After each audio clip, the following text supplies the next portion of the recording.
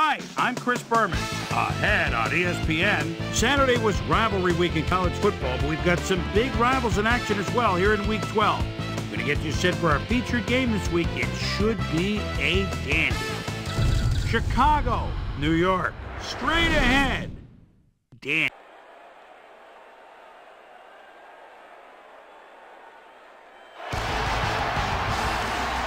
Hi, and welcome to Giant Stadium. I'm Dan Stevens. Here with me in the booth, my longtime associate, Peter O'Keefe.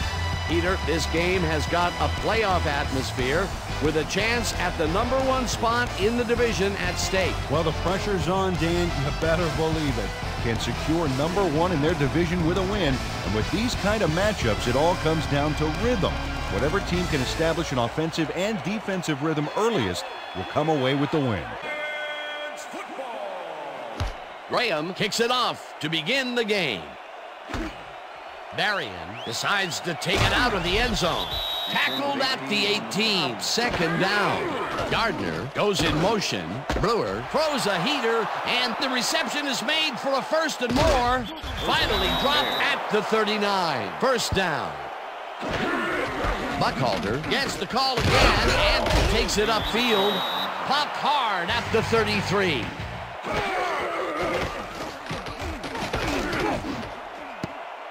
Green makes a play on this and forces the incompletion. It'll be fourth down. Fourth down, and the field goal unit is on the field. Edinger boots it from 50 yards out, and they take the lead. McGahee gains 10 yards on the play. Big stand. Rips him down in the backfield, and that takes them even farther away from the mark after the 3 and out. Hunt takes the long snap and pummels this one deep. Ford fields it at the 26. Stopped at the 38. Brewer zips it to the left sideline, and it's caught for a gain of 10 on the play. Coach Coughlin is not happy with that call, and he's going to challenge it. After review, the pass has been ruled incomplete. The catch was made out of bounds. Buckhalter catches the lob over the middle and is at the 45. Tackled at the 46. Defensive coordinator, they almost gave it up. Yeah, but they didn't let him convert. It's still going to go to fourth down. Fourth and short. Wells fields the punt at the 11. Brought down at the 23. Dennis makes the catch on the right sideline, and that's good for 6. McGahee takes his 4th carry of the game and chews up about 4 on the play. McGahee gets the call again and gets the first and more. The 40, 35, hunted down at the 31. That will bring up first downs. And that'll do it for quarter #1. The Bears with a small lead, 3-0. Manning unloads this to the right sideline, and it's incomplete. Graham boots it from 46 yards out and squeezes it inside the right goal post. Hooker grabs the fastball over the middle, and they get the first on 3rd and long. Brewer fires this one over the middle, and it's complete. Short of the markers, however. 4th down coming up. Maynard takes the snap and punts it away.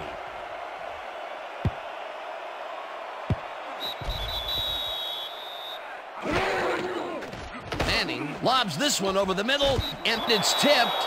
Incomplete. Shockey catches this one, and that's good for a gain of 5. Manning throws a heater right sideline, and it is not reeled in. Incomplete. Hunt gets the snap and punts it away. Ford takes it at the 32. Tackled at the 36. Big play coming up. 3rd down with the tight end right. Brewer throws a bullet, and they can't connect. Incomplete. Maynard gets the ball and pummels this one deep. Wells fields the deep punt at the 17. Tackled at the 29. Manning unloads this one to the left, and it's caught. The Giants take their first timeout. It's intercepted. Stopped at the 43. Brewer lets it go deep down the right side, and it's complete at the 23. Finally stopped at the 17. So that'll bring the first half of football to a close as the clubs head to the locker room all tied. And now let's send you to Chris Berman in our studios in Bristol for the ESPN halftime report. Boomer?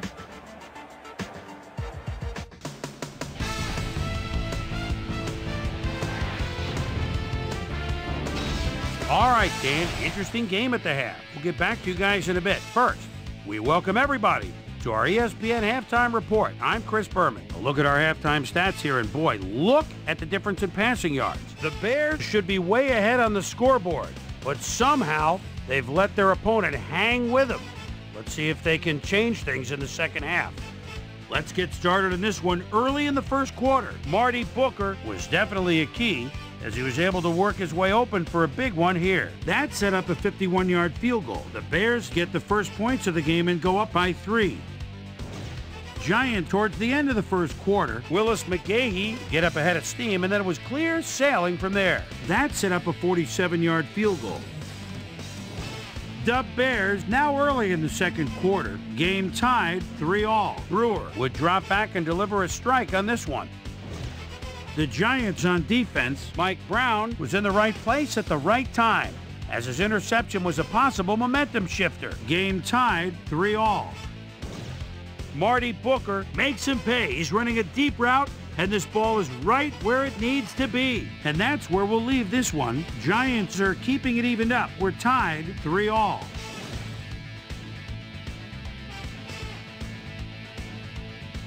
Now let's check out the undisputed halftime hero of the first half. Marty Booker has taken over this game. So that does it for our halftime report. We'll send you back now to the second half of this one. Dan Stevens and Peter O'Keefe are there. Gentlemen. Prove their run blocking. They haven't had much success with the run today, and he'd like to have that option. Back to you, fellas. Thanks, Susie. Toomer snags the dart right sideline, and he's got the first down and a whole lot more. Tackle. Yeah, and you know, Dan, that's especially important when you're outmatched on strength. That's a good play there. Manning really rifles this pass, and they get the first on 3rd and long. Manning just rifles this one, and it's off, incomplete. Dennis catches it over the middle, and they get the first on 3rd and long. Plays when you need to, and you can't coach that. Manning fires this one over the middle, and the reception's made at the 9. Well, the best banging heads there. Dennis makes the catch out to the left, and that will be a gain of 3 yards.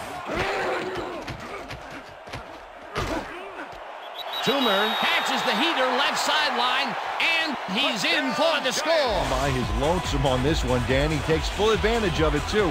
What happened to the coverage? Brewer dumps it out left, and it's caught just barely past the markers for a first. Buckhalter rips down the lob, and he's looking for room, and he's stopped right there.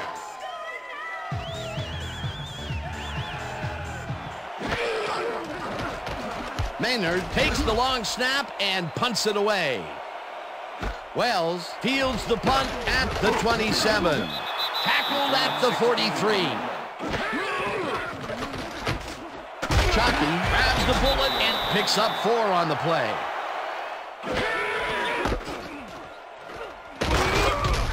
Jefferson makes the hit in the backfield at the 44. Sacks him back at the 39. That will bring up 4th down. Hunt takes the long snap and punts it away. Ford fields it at the 18. the 28.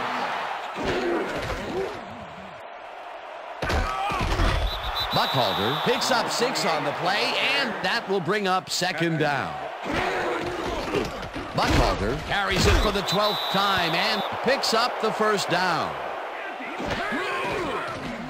Brewer lobs it to the left sideline, and it's tipped. Incomplete. Buckhalter catches the lob over the middle, and he will be short of the marker. Brewer throws a heater right sideline, and they convert the big 4th down play.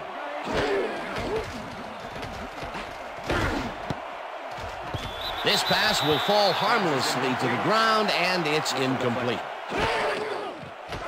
Brewer lofts this one out to the left, and it's intercepted. Stopped at the 31. McGahee takes it across the line and will gain close to 6 yards. McGahee will get the carry on 3rd down. The Bears will take a timeout. That's their second. Hunt gets the snap and punts it away. Ford fields the punt at the 19. Dragged down at the 30. Gets the sack. The Bears take a timeout. That's their final one. Brewer throws a big rainbow here, and it is not reeled in. Incomplete. Whether the pass was caught inbounds. Play here, we should be able to see if the catch was made prior to going out of bounds. After review, the pass has been ruled complete. The catch was made prior to going out of bounds. First down. Brewer rifles it out left side, and the catch is made for the first. Yards.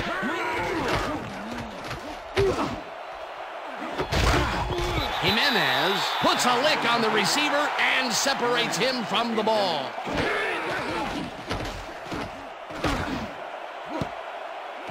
Williams tips it away on the coverage. Incomplete. It'll be 4th down. Brewer throws a bullet, and it falls incomplete. They will turn the ball over on down. The Giants come out on top 10-3. For my partner, Peter O'Keefe, this is Dan Stevens saying goodbye until next time.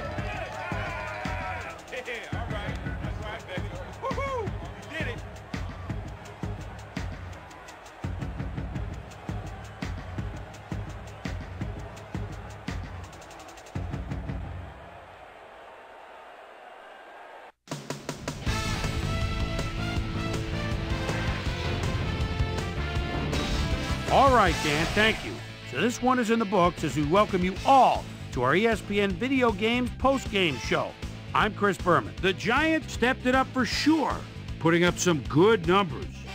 Let's get started in this one early in the 3rd quarter. Eli Manning would find his target on this one. A 20-yard play that set up a Giant touchdown.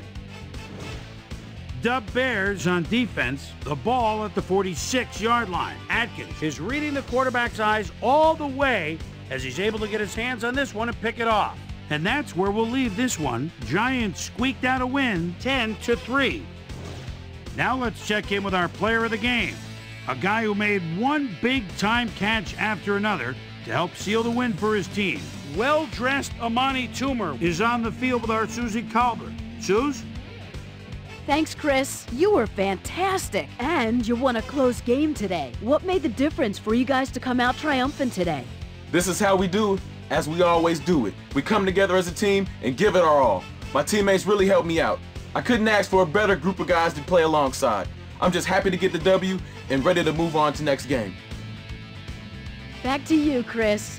Thanks for watching the NFL on ESPN, the worldwide leader in sports. I'm Chris Berman. We'll see you next time.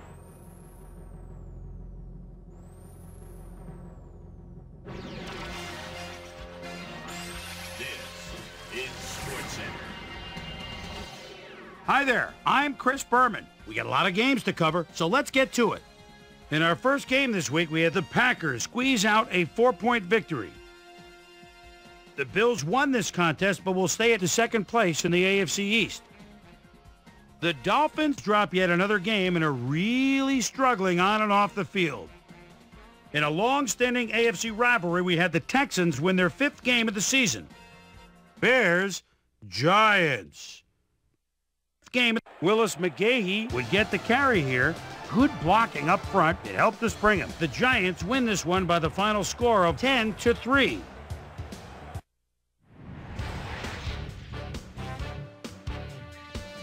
Quentin Griffin pulled down 100-plus receiving yards and helped his Broncos beat the Raiders. Right on the Mississippi River in St. Louis, we had the Rams drop this one by 17. Down in Qualcomm Stadium, we had the Chargers come away with a decisive 10-point win. Falcons, Saints. Decisive.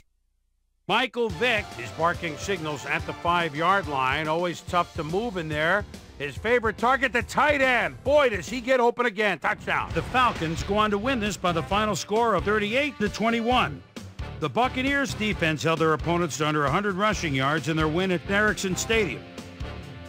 The Patriots won at home, but will take to the road next week to meet the Browns.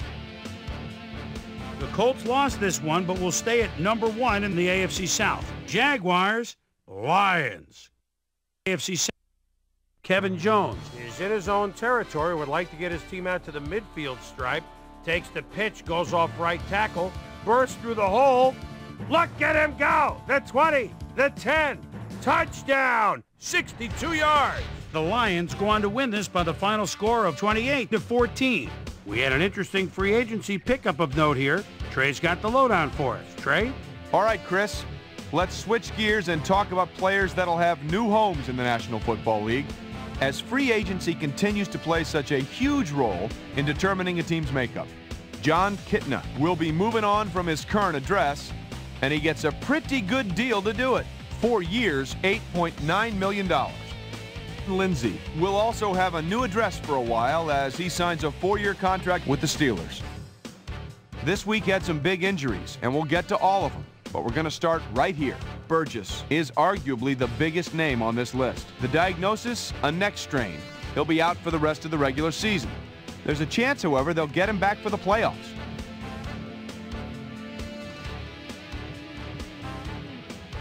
Rod Gardner had a stellar game, but all said and done, his performance wasn't enough to lift his team to a victory. Cowboys, Bengals. His Carson Palmer in the red zone at the 14. He calls the signals and buys time with a quick rollout. Now on the move again, kind of flings it. Oh, man, got the 2 feet in, touchdown. The Bengals win this one by the final score of 29-14. And in our final game, we had the Steelers come away victorious. So let's change things up a bit and turn to a guy that's had his eye on the college game, and that's our own Mel Kiper Jr. He joins us now. Mel, your work never ends, I know. Believe me, I know better than anybody else. But it's never too early to start thinking about next year's draft, is it? Never too early indeed. And now that, for the most part, the regular season in college football is behind us, we can really start looking back at the guys that have impressed me the most across college campuses this year. Ingram is a guy right off the bat that's really impressed me thus far. 6'7", 340 out of New Mexico State. And this is a guy that's very agile out there and has great leg drive. But what intrigues me is his versatility. I really feel he can play any position on the line, though he's without question best suited to play guard at the next level. Coleman is another guy that I truly believe will be a frontline NFL starter somewhere down the line. The way he's performed this year makes me believe that his stock is really rising in NFL circles. So that'll do it for now, but expect there to be plenty happening between now and April. So that'll just about do it. But before we go, I'm going to toss out a few game balls to my prime-time players. Each and every one of these men had a week to remember. That'll do it, sports fans. I'm Chris Berman, and thanks so much for joining us here in the Bristol studios. We'll see you next week right here on ESPN, the worldwide leader in sports.